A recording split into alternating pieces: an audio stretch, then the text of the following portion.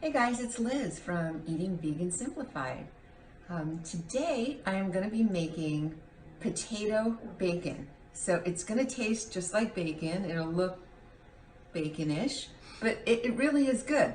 And I've made it before, and you can make like BLTs or anything you would want to use bacon in, you could use this. So I start out with a potato, and then I peeled it, and I kind of started already before you got here, but I have this mandolin. If you don't have a mandolin, and this is kind of how it comes out very thin, if you don't have a mandolin, then just go ahead and take a really sharp knife, and that'll work too. It's better if you do it lengthwise like this. Sometimes I kind of get lazy and don't, but then it looks more baconish, right, when it's longer like this. So try to do it like that. So anyway, let me just quickly do this and not cut my fingers off. That's the thing about a mandolin. But anyway, I did not make up this recipe. I saw it and thought, oh my God, bacon, because I've seen like eggplant and you know, what is that called? Tempeh kind of bacon and stuff. But I thought, well, potato, that's something I always have in the house. So maybe that would be a good thing for me. By the way, these are supposed to fall into the mandolin, but as you can see, some of them are falling out. That's okay. I don't sweat it. Whenever you're cutting something in a mandolin, when it gets small like this, you know, it should come with one of these deals so you don't kill yourself. Okay, anyway, there it is. So there's all my cut up potato. So I'm going to put them in a bowl. So this is just one potato. That's what I used, one potato. It's about maybe a potato that maybe weighed like a pound or something. And then what I'm going to do is I'm going to put all this stuff in, which is like the marinade. So the first thing is, for this, you could use soy sauce, regular soy sauce, which probably most people have, tamari, or amino acid, or not amino acid, liquid amino. You know, whatever you have, or a combination of that, that's fine. And this is nutritional yeast. That was a half a cup, and this is also a half a cup of the nutritional yeast. And then this is quarter cup of oil, whatever oil you like. I think that was, what did I use? Olive oil. This is maple syrup, 2 tablespoons of maple syrup. Doesn't necessarily want to all come out. Okay. This is liquid smoke. So this is super important because, you know, bacon has that smoky taste. This is a tablespoon of liquid smoke. And, you know, you could add more even if you wanted to. And this is a tablespoon of paprika. Okay, a smoky. So you see that's the flavor profile, right? The smoky. And I just kind of get in here and I just like separate and, you know, just kind of try to separate the potato, mix it all up. You could mix up the marinade before, maybe even smarter to do that before, but for some reason I didn't. So anyway, so you just kind of get it in like this and kind of get it all mixed up and get your hands real dirty. And then you let it sit. So it's going to marinate for about 15 minutes. My hands are disgusting, so give me a second here. For about 15 minutes. And then after that, I'm going to bake it, okay? So I just want to show you, this is what liquid smoke looks like. It's not probably something everybody has in their house, okay? But, you know, I got it at Sprouts. You can get it at most, you know, markets have it, maybe where the spices are and stuff. My dog is drinking over there. Anyway, so I will be back in 15 minutes, and then I'll show you what we're going to do next. See you soon. Okay, it's been about 15 minutes, and so it just, you know, marinated in here.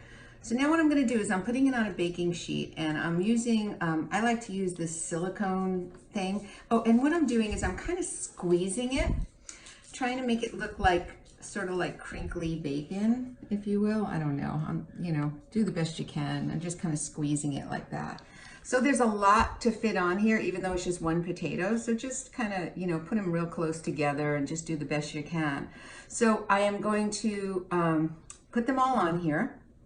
And then once I do that, I'm going to put them in the oven. I have a 350 oven that's already preheating, and that's going to go in there for about 30 minutes. And then I'm going to turn it over. I'm going to turn all of this over, and then I'm going to do another 20 minutes. And, you know, it takes a while to cook, right? So almost an hour, which I don't really like to cook things that take all that long, but it's worth it because then I cooked this, like I cooked this a few weeks ago, and then I had it for the week. Like I'm not going to use this all at one time. So, so you know, it's fine. Although it takes a while, it's something you'll have. And I just kind of put it in a glass Tupperware, and then I put that in the refrigerator, and it stayed fine. So you could see it's just, you know, I'm not doing anything real special other than putting it on and kind of trying to squeeze a little bit just to make it look kind of wrinkly so it will look more bacon-like. Probably if you didn't squeeze it, it would be just fine. But that's what it said in this book called Mississippi Vegan. And if that guy made this up, he's pretty smart because, or woman, I don't know who it is who wrote it, but it's a pretty good recipe. It tastes really bacony. So here we go. It's pretty much on there. Might be a couple more pieces in here, but it's fine. And then what you do at the end is pour the marinade over it, whatever's left. Just pour it all on top. And you could find some hidden pieces that were in there. So yeah, so that's it. And then you could at this point sprinkle some more nutritional yeast on top. Maybe I will. Hang on, I'm getting some. Maybe I keep everything in a jar with labels on it. There's my nutritional yeast. Okay, so you could sprinkle a little on top just for a little bit more, I don't know, cheesy flavor if you want. But it doesn't really taste like cheese, you know, once it's on here. It just kind of blends in and helps. So there it is. So 30 minutes. I'm going to stick it in the oven.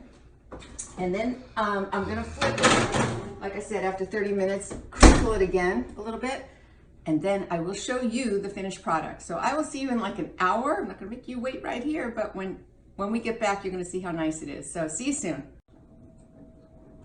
Okay, so I left the bacon in for 30 minutes.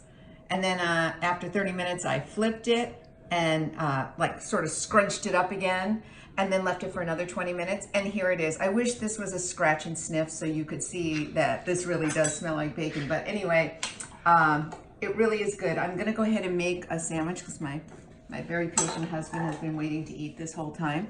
So I'm using veganese, soy-free veganese. If you don't like that, don't use it, but you know. And then I'm gonna put some avocado. I like to kind of put it on like this so it doesn't fly off. Anyway, some avocado, and make the sandwich any way you want, or use the bacon for something else. You know, I don't know, it doesn't have to be for this, but I kind of like a BLT. And anyway, so you can see, look, it's crispy like bacon, and it's really very, very good. I'm gonna try it. Yummy, really good. So anyway, there it is. It's like it's a potato. But now all of a sudden, like magic, it's bacon. So I don't know how much to put on, maybe that much. That's good. Okay, that's good for him. And there we go. So bacon, potato bacon BLT. So give it a try and hope you like it. Let me know if you try it. And I will put the recipe right underneath the video. Don't forget to subscribe. We have new recipes all the time. Thank you. Happy cooking.